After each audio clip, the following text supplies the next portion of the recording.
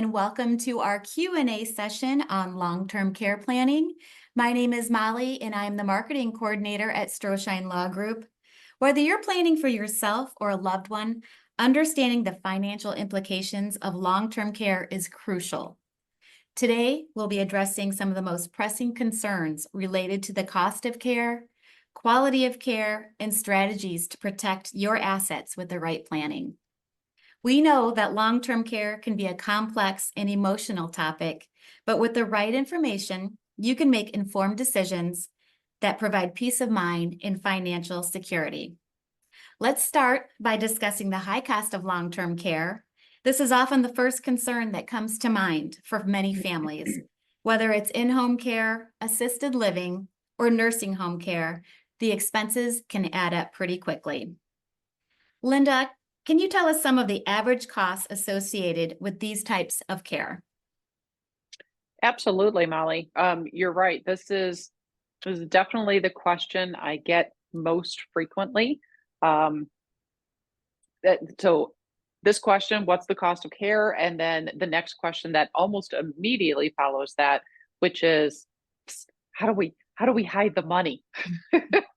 And so it's important to know that there are some very legitimate planning methods that we can use to help protect assets, but we aren't hiding anything.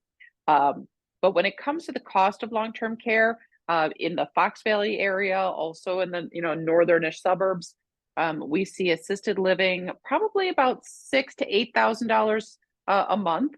Sometimes it can be a little bit higher, a little bit lower, but those are probably our averages. Skilled nursing, probably about $10,000 to $12,000 a month on average. Again, there are sometimes it dips a little bit below that, but there are definitely times when it but it goes much higher than that. There's a facility in Arlington Heights that charges, I don't know if it's 18 or 20,000. I feel like I've gotten a couple of different numbers, and that's per month, right? So that's it's such a financial strain for most families, right? When we first get into that situation, our loved ones say, okay, well, my spouse, my parent needs that level of care. But then when they really get into the groove, they're starting to write those checks month in and month out. That's where families are often coming to us and just looking for options.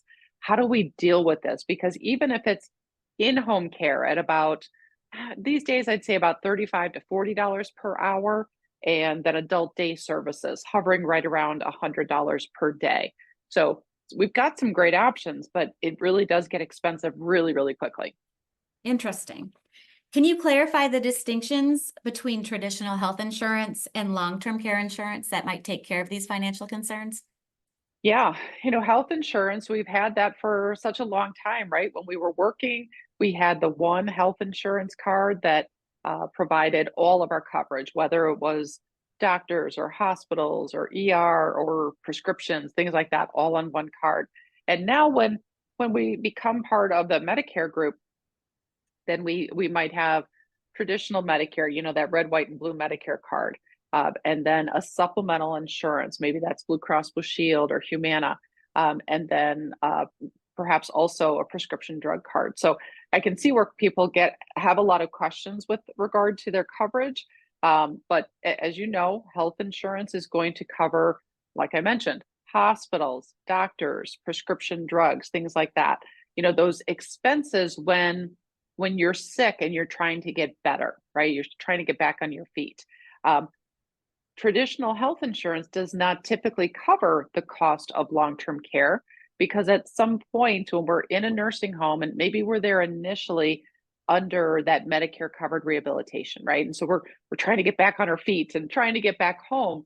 But at some point we realize, okay, this is maybe a new normal. This isn't just something we can get through. This is our new normal. And all right, hold on. I apparently have something going on with my phone here. There we go. We'll send that to voicemail. All right, sorry about that. I thought I turned off all those things. But when it comes to health insurance, again, the health insurance company is going to pay when you're getting better. So for example, you break your arm, right? Your health insurance pays for the sling and the x-rays and the pain medication. Maybe there's a surgery in there. Maybe there's physical therapy because you're working on getting better. But your health insurance isn't going to pay for that broken arm for the next 5 years, right? There's some finality to it. When it comes to a long-term care situation, let's say a loved one who has dementia, that, we're getting into a period of time that, yeah, maybe we can fix the broken arm, but now we also have this dementia layered on top where our loved one needs that long-term care and they need it essentially for the rest of their life, right? And so that's where health insurance says, we're done. We're going to bow out here. And that's where long-term care insurance can pick up and provide some coverage for that. Great. What are the most common estate planning tools used to protect those assets from those long-term care costs?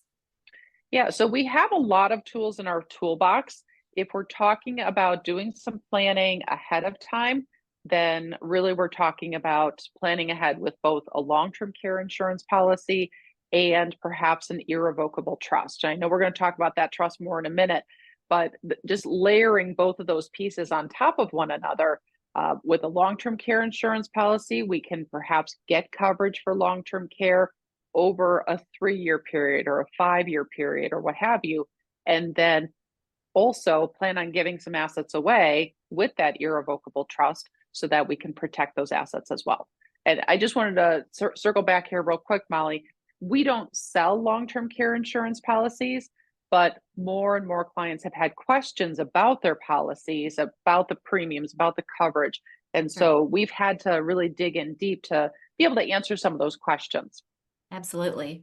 Can you dive in more about how those irrevocable trusts work in practice and what are the key advantages and are there disadvantages as well? Yeah, of course, there's going to be pros and cons. When it comes to an irrevocable trust, we're talking about irrevocably, so we can't change it, but irrevocably making a transfer of your assets into the trust where we have a separate trustee who's going to manage your assets really for the rest of the time. So let's think about this. So I often give the example because people say to me, Linda, I already have a trust. So doesn't it do that? Well, no, not exactly. So the type of trust most of my clients have throughout their lifetime, it's called a revocable trust. So it can be revoked, it can be changed. With the irrevocable trust, I often describe this as like a backpack. Okay, so if you've got a backpack on your back, then you're going to go on a hike. You are going to put your water bottle in, you're going to take it out. You have complete access and control over that backpack, or control over the water bottle. Because it's a trust and not a backpack, you put your assets in and then you take them out and you can do whatever you want to with your house and your checking account and whatever you have in there. An irrevocable trust is just a very different concept. Irrevocable, just like it sounds, can't be changed once we get this started. And yeah, I compare this to like a birthday gift. So, Molly, if I was going to get you a birthday gift, I would get you a book or a piece of jewelry, something I know you'll like, and I'm never going to get back, right? That's the whole idea of a gift, anyways. Right. And so, this irrevocable trust, it's not going to be a book or a piece of jewelry. It's going to be a large asset, right? Maybe it's the house, maybe it's some investment account. The only thing it can't be is it can't be a retirement account, right? There's federal restrictions on that. But this irrevocable trust allows us to give some assets away with the goal of protecting it so we don't have to use that money on the cost of long-term care. So some of the benefits we see, asset protection. So right away, we get asset protection from many creditors. With a Medicaid or long-term care creditor, it does take us 5 years to make that happen. We can get Medicaid eligibility. There are some excuse me, there are some estate tax benefits for this because these assets are no longer part of the grantor's estate. Or so let's say I'm creating this irrevocable trust. If I give those away, those assets are no longer part of my estate. Okay. And then a controlled distribution, right? Making sure your children or whoever your beneficiaries are get access to that asset when you want them to be. So those are all the pros. And they're really good pros. As far as some of the negatives, you're going to lose control. So if I am creating an irrevocable trust for myself and I put my house into that irrevocable trust, and so I'm giving away ownership, right? When I do that, I no longer own my house. So let's say I set up my adult children to protect that house, or they're the trustees rather. Um, they could kick me out. That could happen. That's because I don't have control anymore. And so most of my clients don't really want to go this route until they're really in a crisis situation, which is fine. But we just have some, some pros and cons there. Other things that might be a tick against this irrevocable trust, it feels more complicated, right? Clients say to me all the time, Linda, I just want simple and straightforward. This is a little bit more complicated than that, but it's not anything more that you can't grasp and understand. That's part of my job, help you understand what we're doing. It is irrevocable, so once we do it, we can't get out of it. There's a couple ways of blowing up the trust, but it is a little bit more difficult. And again, there can be some tax implications because when you're giving a gift, then we might have some basis issues that might turn into a capital gains issue. We're going to alert you to what those topics are, and then we're going to recommend that you go back and talk to the accountant just so you know what's involved before we do that. So, key takeaway, this irrevocable trust can be really, really helpful in protecting assets from the cost of long-term care. Excellent. I know you mentioned the Medicaid look back period. How does that affect the eligibility for benefits? Yeah, so in Illinois, and actually most every state, at least 49 states, have a 5-year look back right now. That changed sometime late 2000s, early 2010s. And so 5 years. And that just means that, Molly, if we were to file a Medicaid application today, then the state of it, let's say I'll put my mom on the line. Let's say we're applying for my mom's benefits. And state of Illinois is going to say, Mom, what have you done with your money over those last 5 years, right? So it starts today. We start looking backwards 5 years. And the reason for that is because as Illinois taxpayers, we want to make sure that the person who's receiving Medicaid hasn't unnecessarily given away their money and then they raise their hand and say, hey, I need some help, right? Because that's not fair to the rest of us. We're taxpayers. We're footing this bill. So we just want to make sure that the rules are implemented properly. And so that 5-year look back, a lot of people initially think that's not fair. Well, when the state of Illinois is going to be footing the bill for your nursing home at the rate of, six, seven, $10,000 a month, they have a right to ask some of those questions. Absolutely. So now we're talking about quality of care. Let's shift a little bit. What quality of care issues do you see people are worried about in your firm and your clients? Yeah, absolutely.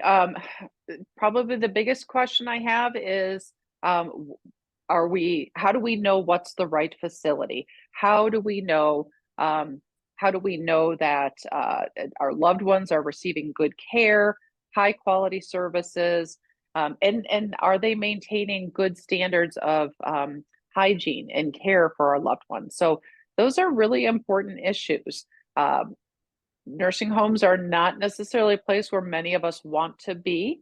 And so we kind of feel that crunch, right? Our loved one needs that high level of care, but we also want to make sure we're holding the facility to their requirements.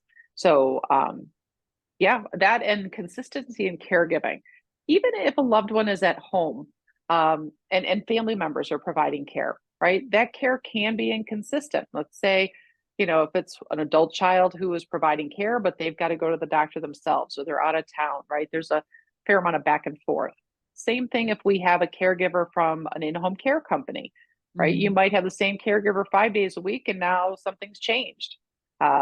So that continuity in caregiving does have a tendency to poke itself, come up, I should say, quite frequently. Yes, I can see that. So let's talk about future planning. What are the key future planning concerns related to long-term care? Yeah.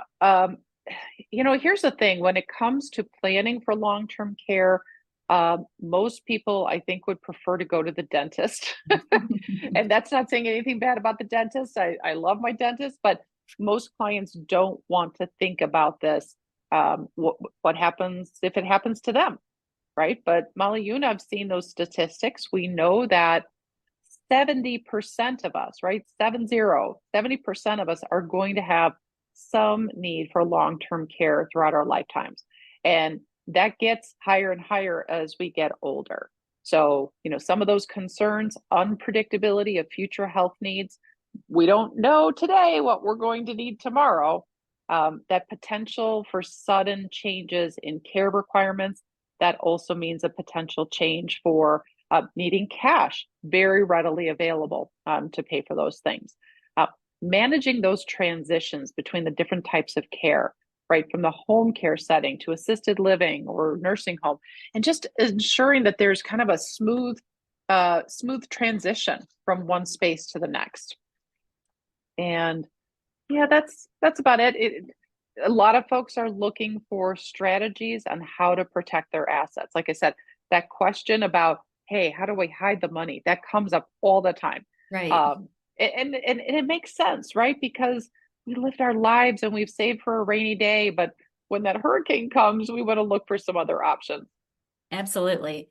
So these are all very well and good concerns. How can these concerns be addressed effectively for these families or loved ones that might be concerned about long-term care planning?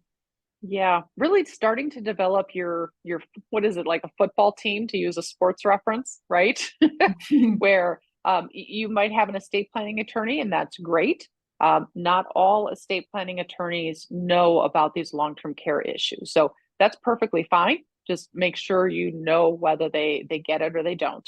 Mhm. Your financial advisor, right? A better understanding for you in terms of what you have, how you can spend it. I do have clients coming in and saying, I don't have anything. I can't spend any of that. And we look at the list and say, no, you can. Right? State of Illinois is going to make you do that before we really step into to have the state pay for care. Um, Something really interesting that a lot of my clients don't know about in advance is a care manager. So care coordinators are often available through your health insurance company, but a care manager can help you, well, manage these long-term care issues.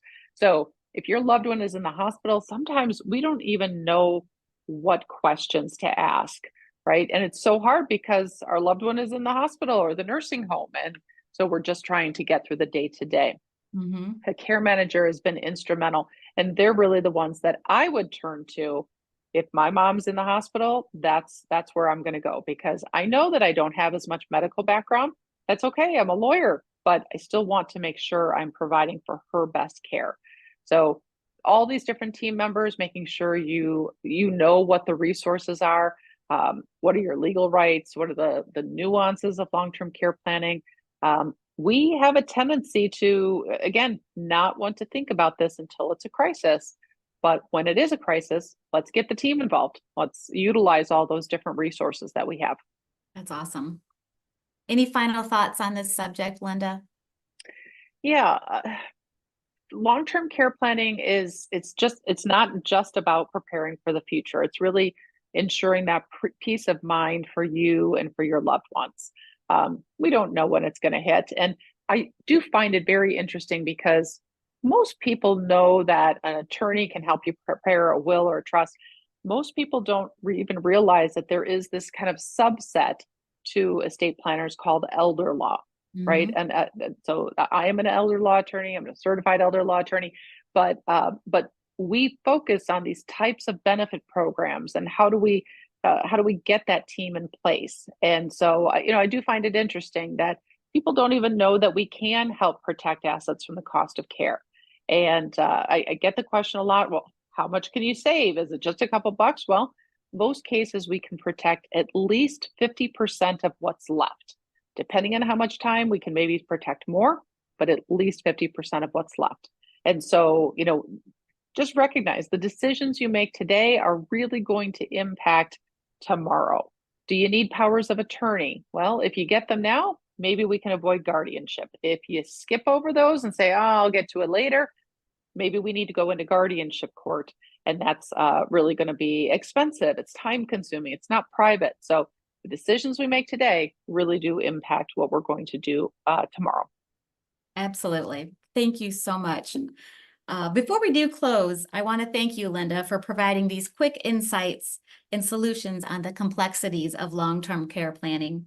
We've covered a lot of ground in a short period of time, from the high costs of long-term care, the importance of asset protection, and also the quality of care. These are critical topics that can deeply affect your financial security and peace of mind. And if there is one key takeaway that I've taken from today, it's this: that planning for long-term care is essential, but it doesn't have to be overwhelming. Our team is here to simplify the process for you, providing personalized advice and strategies that align with your goals. Whether you're looking to protect your assets, ensure quality of care for a loved one, or simply want to understand your options better, we are ready to help. So don't wait until it's too late. Reach out to our office and let's start the conversation. Together, we can create a plan that gives you the confidence in your future. Thank you, Linda. Thank you for having me.